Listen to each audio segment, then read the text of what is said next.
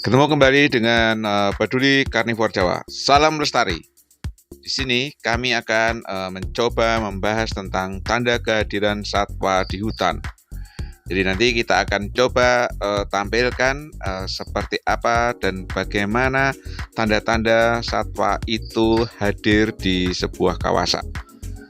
Jejak-jejak merupakan bekas aktivitas yang terekam di alam.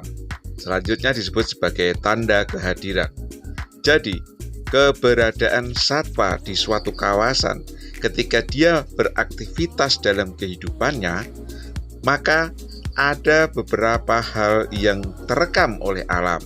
Nanti kita coba jelaskan secara lebih detail tentang hal-hal apa saja yang menjadi ciri penunjuk suatu hewan di suatu kawasan karena beberapa aktivitasnya itu terekam di alam. Setiap jenis satwa itu memiliki ciri khas jejak yang ditinggalkan dan terekam di dalam hutan. Nah, hal ini memudahkan untuk dikenali kelompok jenis satwa tersebut. Bahkan ketika kita mengetahui dengan pasti, maka identitas jenis spesies tersebut akan dikenali. Nah, ciri khas ini itu bisa terbentuk dari jejak yang ditinggalkan, jejak tapak kakinya, atau rambutnya, atau sarangnya, atau sisa pemangsaannya. Nah, ini terkait dengan karakter khas yang dimiliki oleh spesies tersebut atau oleh jenis satwa tersebut. Nah, ini sangat menarik. Ketika kita di hutan, kita bisa mengenali hal-hal ini secara lebih detail ketika kita bisa langsung terjun di lapangan. Nah, ini yang sangat menarik. Keberadaan hewan di suatu kawasan itu dapat diketahui dari banyak hal. Di sini akan saya coba tampilkan sekitar ada 15 poin yang bisa kita gunakan untuk mengetahui apakah suatu hewan itu ada di kawasan. Atau ketika kita menjumpai ada sekitar 15 poin yang akan saya jelaskan nanti, maka kita akan bisa mengidentifikasi siapa hewan itu.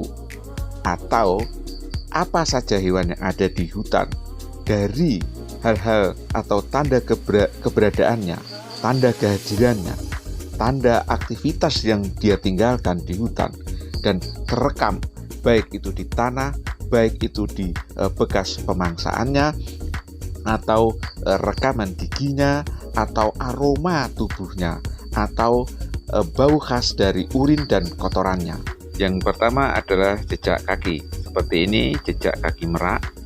Seperti ini adalah jejak perlintasan nyambe atau biawak.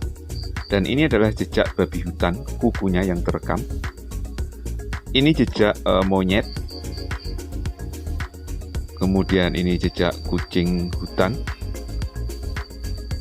Dan bentukan ini adalah suatu jejak yang khas. Kita akan baru tahu hewannya seperti ini. Jadi, ketika hewan melakukan aktivitas di hutan, maka dia akan meninggalkan dan terekam bekas aktivitas yang dia lakukan.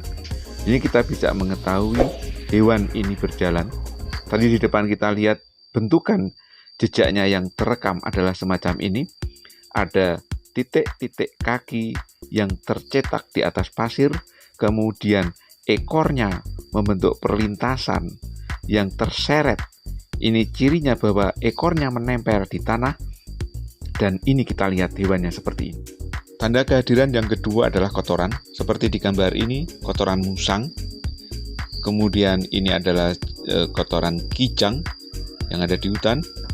Kotoran babi hutan, bentuknya semacam ini. Kemudian kotoran yang jatuh dari ketinggian, ini milik lutung.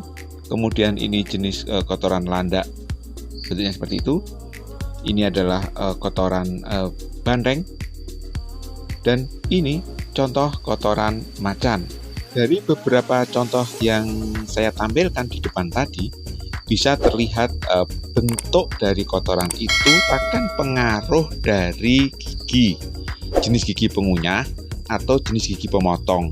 Nah, di situ akan terlihat jelas sekali material yang lembut itu gigi pengunyah, sedangkan di kotoran macan material fesesnya itu terlihat bahwa dia mempunyai gigi pemotong. Untuk materi berikutnya bisa teman-teman lihat di video yang akan kami tampilkan nanti, dan silahkan like, subscribe, dan bunyikan lonceng supaya tidak ketinggalan dengan video yang menarik yang akan kami sampaikan. Terima kasih. Salam lestari.